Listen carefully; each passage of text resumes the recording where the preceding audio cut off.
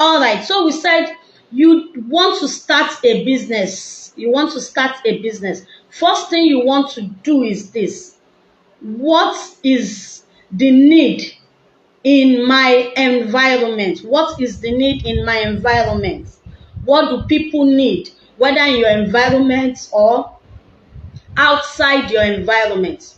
So you want to ask yourself, what are those things people are searching for? That is the first thing you want to do. What is the pain point of the people where you are? So you want to look at, there's a gap. You want to fill that gap. So don't just go into business because, oh, sorry, I heard that there's money in this business. I heard that people are making it in this business. You want to fill a gap. Is there a gap for you to fill before you start a business? Now, once you know that there's a gap, now you want to ask yourself, what are those things I need to do? You want to be able to identify who are those that need your product or services. If you don't identify those that need your product or services, it will be difficult for you to sell. So you may have actually started a business, but because you don't even know who your ideal customers are, then it's difficult for you to reach out to them. It's difficult for you to say, oh, these are the people I want to sell to. And I tell people, not everyone is your customers. Not everyone is your customer. So you want to identify my ideal customer. Who are they? Where can I find them? How can I reach them? How can I sell to them? Another thing you want to do is this. How do I source for my materials? You want to know how to source for, if you are into physical goods selling, you want to know how to source for these materials. If it is services, you want to know how best you can offer these services to those that need it. Another point you want to note is cost of this service or product. So if others are selling this earpiece for maybe 20,000, you want to know if you can also sell it for that amount. It's possible they are getting it at a cheaper rate, and that is why they're selling for 20. If you are getting yours at a more expensive rate and you sell for 20, it means you're going to be running at a loss. So you want to carry a full feasibility study before you start a business. You also want to write a plan. If you are starting a business, there must be a plan on how to go about it. How do I market? How do I sell? Who do I sell to? Who are my customers? How do I get my product or services to them? Is it going to be offline or online?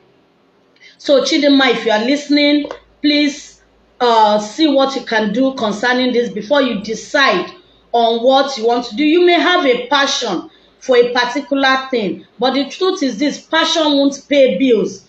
If I have a passion and I say my passion is for let's say people who make who wear, I'm trying to think of something now, maybe for people who make hair, and in where you are, let's say you are in a village somewhere, and actually there's nobody who needs your services. If you put your money into it and say, oh, because it is my passion, I'm putting money into it, it may be difficult for you to sell.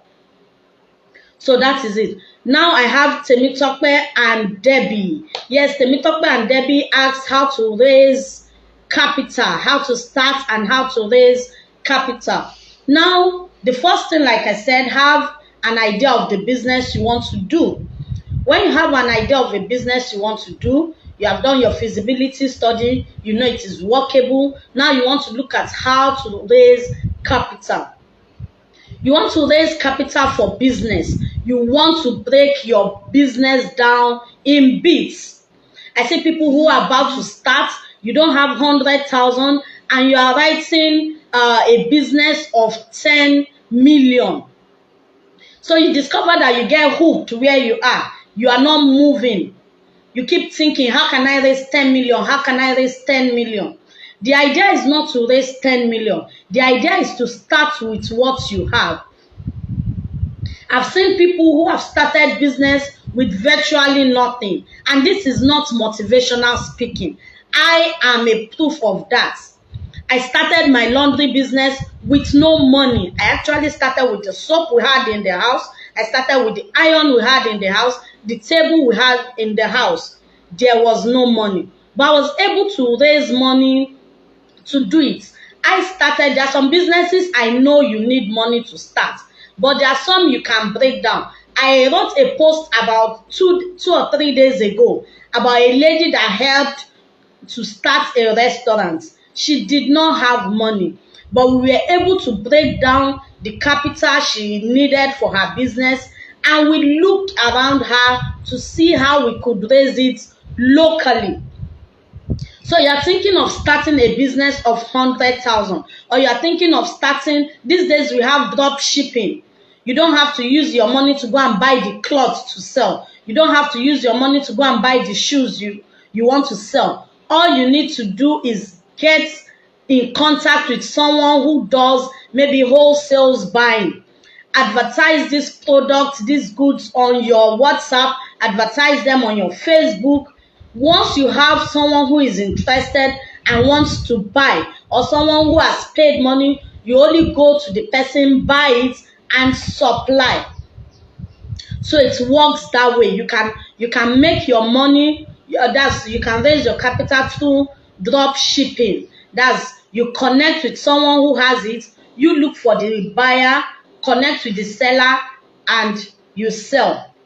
So you can do that to raise money. 2, you want to start a business. If you have maybe 50,000, 20,000 to start, and what you need is materials to start, why not look for where you can get it locally? Now I tell people, a business owner must be a person of integrity.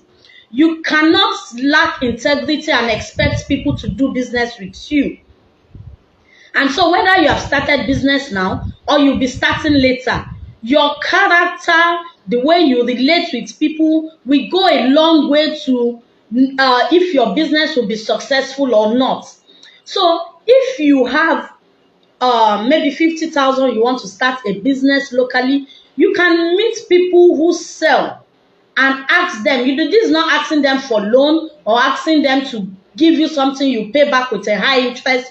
You can meet them and say, oh, I need this for my business. I know a lady that just started a restaurant. Just today she sent me a message and she said, I just started my restaurant. If you are watching this, you don't have to use your money to buy beans. You don't have to use your money to buy the vegetable oil you need. Look for people around you who sell. I hope you have done your due diligence. Before you can do this, you must have done due diligence about your business. You must have known that this business must work. You must be ready to put in the work. Don't go and collect a half bag of rice from someone and end up not paying them. No. You must be sure that I want to do this. So if you want to do this, you can source for it locally. Now you also want to raise money. We have what we call other people's money. You can raise money from your friends. You can raise money from your neighbors. You can raise money from church members, mosque members, people around you. And like I said, before they will give you their money, they must trust you. A lot of people who are thinking of starting business are not trustworthy. And that is why you find it difficult to go and meet someone to either give you money to start. Now, when you want to raise capital for a business, whether you are sourcing locally or elsewhere, don't go and meet someone with your mouth and just say, please, I want to start a business. Can you give me money? I see people do it a lot. You want to start a business and the only thing you say is, good afternoon, man. Please, I want to start a business. Can you help me with 50,000? I'm not going to give you my money to go and start a business. I've not seen what you want to do. So you want to raise capital.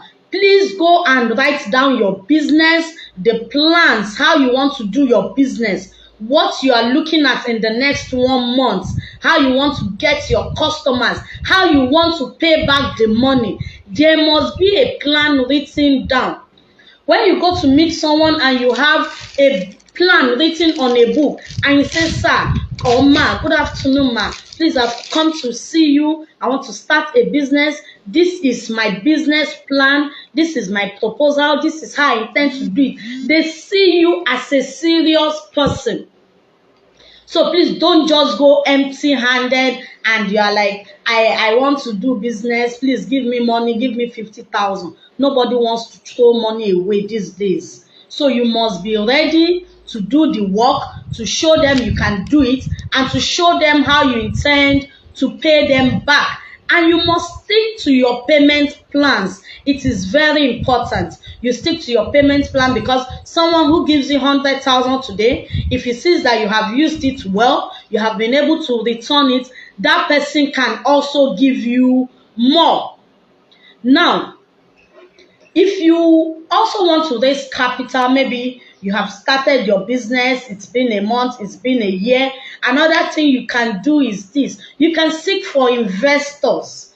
I know there are some people who have money that they keep in the banks, they're not actually using it. You can meet them and ask them to invest in your business.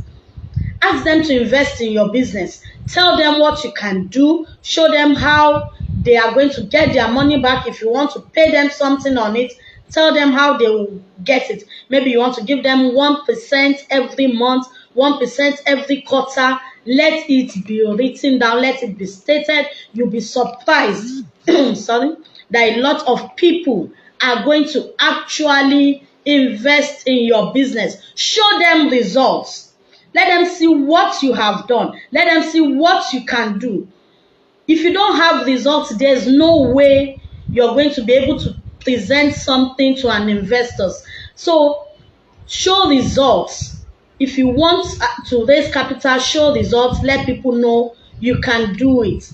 All right. So Agnes said, how to market shamelessly. Yes, how to market shamelessly. And this was one of the things that we learned when I watched the audio. I joined the audio room of Nelly Agbogu yesterday. That's Niger Brand Chick. I know a lot of people also watched it. And she brought in people who spoke about how to market shamelessly. When we talk about business, there's no introverts when it comes to business. You cannot be an introvert and say you are a business person. It doesn't work. You want to sell. How are you going to sell? How are you going to reach people if you cannot come out of your shell? So you see, when it comes to your business, you want to leave all the shame aside. I wasn't like this before. I used to tell people, look, when they tell me, Tinuka, you can actually sell, I tell them it's not possible. I don't know how to sell. That if you put anything on my head and say, go and sell it, I'll probably sit somewhere. I'm a vocal person, I talk, but when it comes to marketing or talking, reaching out to people, I find it difficult. But you see, if you're a business person, you must throw that shame away.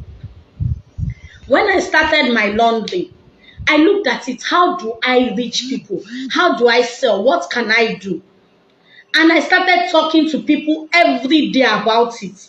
That was what helped me.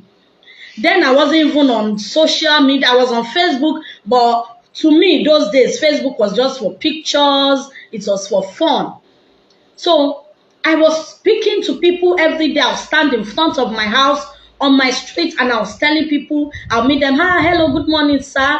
If you want to wash your clothes, you want to iron, I'm into the laundry business. I described my house then. I was using the house. I didn't even have an office. So I described my house. I tell you my number later. I had a paper printed for me. So I typed on my laptop and I went to print and photocopy just something like this.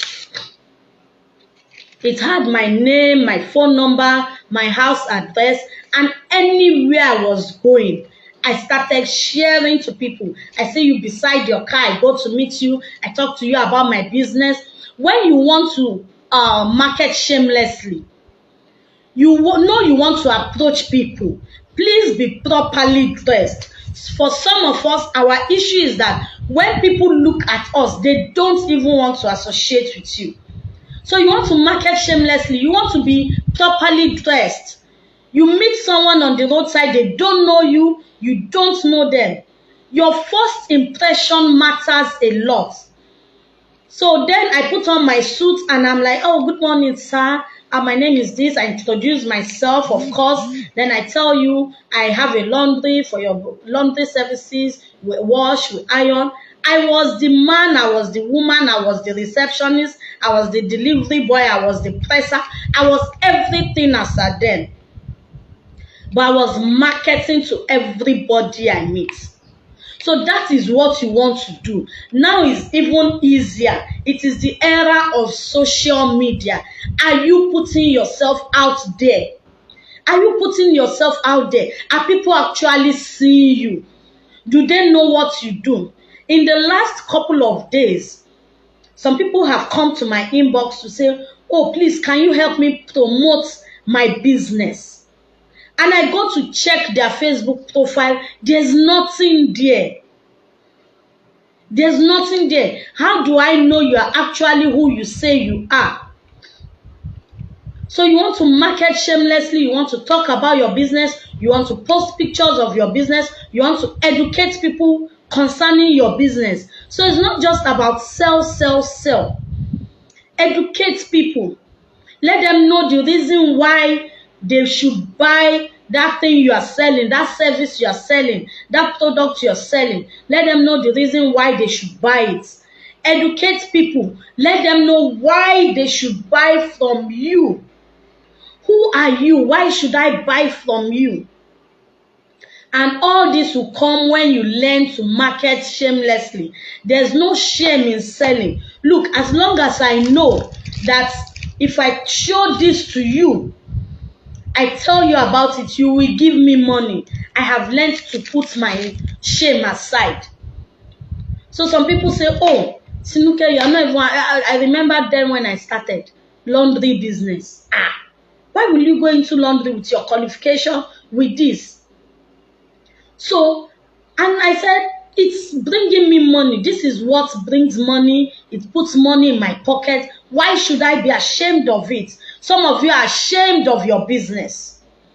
That's the issue. You are ashamed. You don't want people to see you. You don't want them to know that is what you sell. You don't want them to know you are into shoes. You don't want them to know you sell bags. So who is going to patronize you if they don't know what you sell? How do they patronize you? How do they refer you to people? This is a new year. You want to start talking about your business. You want to start coming out shamelessly. Who cares? As long as I am selling, who cares what I sell? Those people you are ashamed of are not going to pay your bills. In fact, at the end of the day, they are the ones that is going to talk about you and say, oh, look at her. She's not doing any business. Look at her. She can't even sell. So you want to come out shamelessly to sell. Now, Joke said, okay, no, let me move to Said Zainab. She said she needs oven and lack of fund is affecting her business. You need an oven. You are doing business. Please see how you can get the local oven.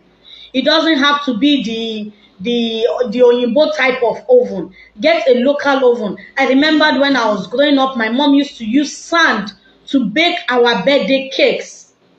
And it comes out beautifully. Learn how to do that. In business, you must learn options. If I can't get this, what option do I have? You don't have to sit down and say, oh, because I don't have the normal oven everyone is using, then I sit down. You want to ask yourself, what options do I buy? What options do I have? What options? So I don't have the foreign oven. Can I get the local one? Can I get the pot one? Can I get someone who can let me use their oven whenever I need it? I borrowed my brother-in-law's pressing iron when I was to start my business. So you can find out who has an oven and can borrow me anytime I have a job. Zainab, I hope you are listening. So get someone to borrow you. Offer to pay for gas. That's a lot of people's problem. You want to use their gas to bake. Tell them, oh, man, this is 1,000, this is 2,000 for gas. Please, can I use your oven to bake? And so you have put the cost of that in the price of the cake. So you look at the cost, what it will take you, and gradually you save towards buying an oven. Or you walk into a store, or you have someone who sells.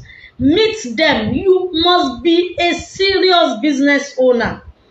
Meet them and say, good afternoon, greet them, please. I am a what do they call all these people that do cakes now? Tell them you're a baker and you need an oven. You don't have 50,000, you don't have 100,000. Can I pay you 20 and every month I come to pay 20? You must be ready to stick to your payment plan. I have said it. Meet someone who does a local oven. You don't have to start all shiny. It doesn't have to be all shiny. If not, you are going to keep delaying yourself. So I have Joke who says she's a fabric seller at Songo Ota, and the cost of way bill is a problem for her. Your clients are complaining about the cost of the way bill. Now, I am a network marketer and I sell products. What we do is we put the cost of the way bill in the price of the goods. So if I'm selling, let's say I'm selling a phone, this is the product, and the phone originally is 12,000. And I know that Maiduguri is the longest or farthest distance to me in Lagos. The cost of taking it to Maiduguri or Port Harcourt is 3,000. Now, 12,000 for the product plus 3,000 makes it 15,000. So add your way bill cost to the price of your products.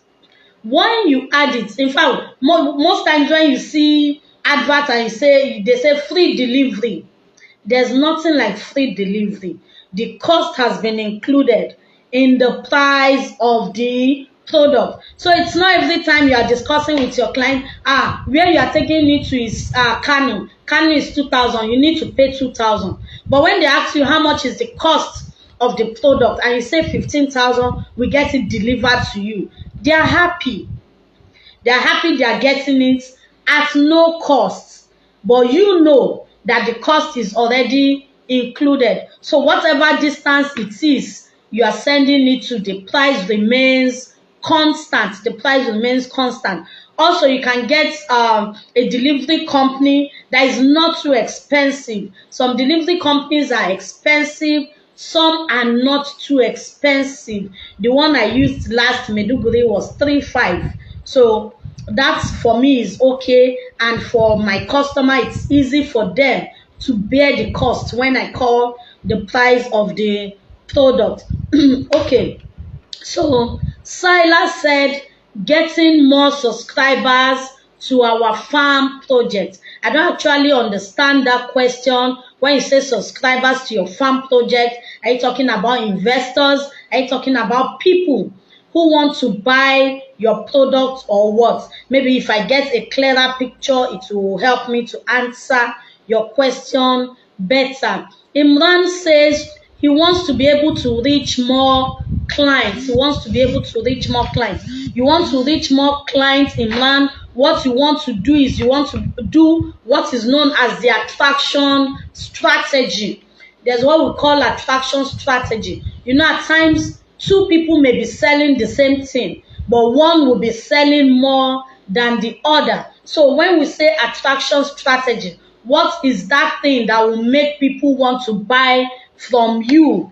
The attraction strategy number one, people have to know you.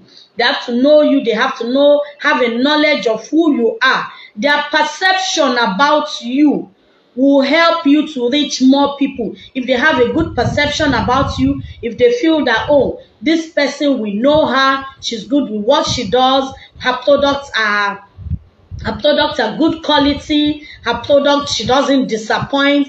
If they know you, it will help you a lot. So you want to look at attraction strategy. They have to also love you. Yes, there must be a level of love that people will have for you, for them to want to patronize your services, for them to want to buy products from you. So you want to create a love between you and your perceived clients. Now, when you want to do that, it means you must show up regularly. They must see you. They must know who you are. They must be able to maybe recognize your voice. They must keep seeing you. Not that today you are talking about your business, in the next 1 month, 2 months, you're not saying anything about your business. They must also get to like you. Okay, I've talked about know, love, and trust. Okay, so they must trust you. Trusting, you build trust over time. And in building trust, what I advise is this. Once you have a customer who has purchased from you before, whom you have transacted business with before, what you want to do is you want to ask them for testimonials. Please, it is not wrong to ask. You can say, oh, please, you have once bought something for me. Can I get a review from you? So if you get a positive review, you want to post your positive review so people can see. When you post a positive review, others who are coming, they start seeing different review. Someone who has purchased from you, someone who has taken an opportunity of your service, and they see that you get good reviews. It makes it easy for them to trust you. It makes it easy for them to trust you. Now, another thing, you want to build your ideal customer avatar. That is how you reach more people. You want to build your ideal customer avatar. In building your ideal customer avatar, you want to know who are your customers, where are they located, how are they located, what is their thinking pattern. You know that some products are seasonal products. So if your goods are seasonal goods, you want to know how your clients think. You want to know their physical attributes. You want to know their earning patterns. You see, there are some things that you sell. If you sell a car or a luxury item, and the luxury item you sell is for maybe #1,000,000, and you are putting your product in the faces of those whose earnings are below 50 or 70,000, you are not going to be able to sell or reach more clients that way. So you want to know who your ideal customers are, where they are located, and how to reach them. And so Raymond said, building business and get more sales. From what I have said so far, you should be able to get that. I've also spoken on capital. Let's see. Faith said, getting more buyers. I've attended to that. Obianuju says, becoming a successful business trainer. Becoming a successful business trainer. You want to train people on business. It has to do with your experience and your knowledge. So if you have the experience, if you have the knowledge, what you want to do is you want to start talking about these things, about the knowledge you have concerning business. And you want to teach people how to do their business. You want to teach them how to start their business. You want to push out content. Let people see that you know what you're doing. Let them know that you are worth your onions. Let them know that when they come to you, they are going to get solutions to their business problems. And these are part of how you can become a successful business owner, a business trainer. Keep talking about it, keep saying it, keep doing it, keep showing up live. Show up live. You want to sell more. Yes, you want to sell more. For some of us, we don't know how to come up live, or we are ashamed of coming to talk live. I was in that boat before. Seriously, the first live session that I did, I almost collapsed. I'm not a shy, typical, my own shyness. You know, when they say shyness gets level, there's a level to my shyness. But you know, when you're talking to someone one on one, it's different. But now you're talking to your phone. Seriously, it's somehow because you're not actually seeing those you're talking to. So the first live video I was to have, I almost dodged it. As in, I was about to call the lady that, please, I'm going to have to disappoint you. But someone called me. He wasn't even someone I knew. It was just a Facebook friend thing. And he encouraged me. He was like, you can do this. Just do it anyhow. And as at then, when I did my first Facebook Live, we just moved to our house. It was not completed. The walls were not painted like this. It was just, the cemented wall. We had windows, but there was no curtain. That night I had to hurriedly just put two holes on the wall and I hung a curtain. When I was talking, I was seeing my background. The fan was blowing the curtain to one side. I was distracted, but I kept talking. You want to talk about your business, you want to make sales. Please go ahead and talk. Just pick your phone, go to Facebook Live, click on it and start talking. You know the business you are doing. You know what it entails. Talk about it, educate people on it, let them know this is what you do. Don't be shy. You can do it. Just keep talking. In fact, don't look at the camera. Don't look at the camera. You can look down, but just keep talking. You have a product you want to showcase. Hold it and say, "Oh, you can buy. I sell this earpiece." What it does for you is it increases the output of your phone. It helps you do this. You can actually press this place to take pictures while you are using it. Talk about the functions, talk about the advantages, talk about why they should buy it. Just keep doing it. Forget about the likes, forget about the comments. Just keep showing up. When you show up today, you show up tomorrow. Before you know it, people start noticing you. They start seeing your business. They start asking about your business. Any day they hear someone talk about the type of business you do, the first person that comes to their mind will be you. So it will be easy for them to say, oh, search for Atinuke, search for Oluwaseun Joy, search for. They start telling you people who to search for.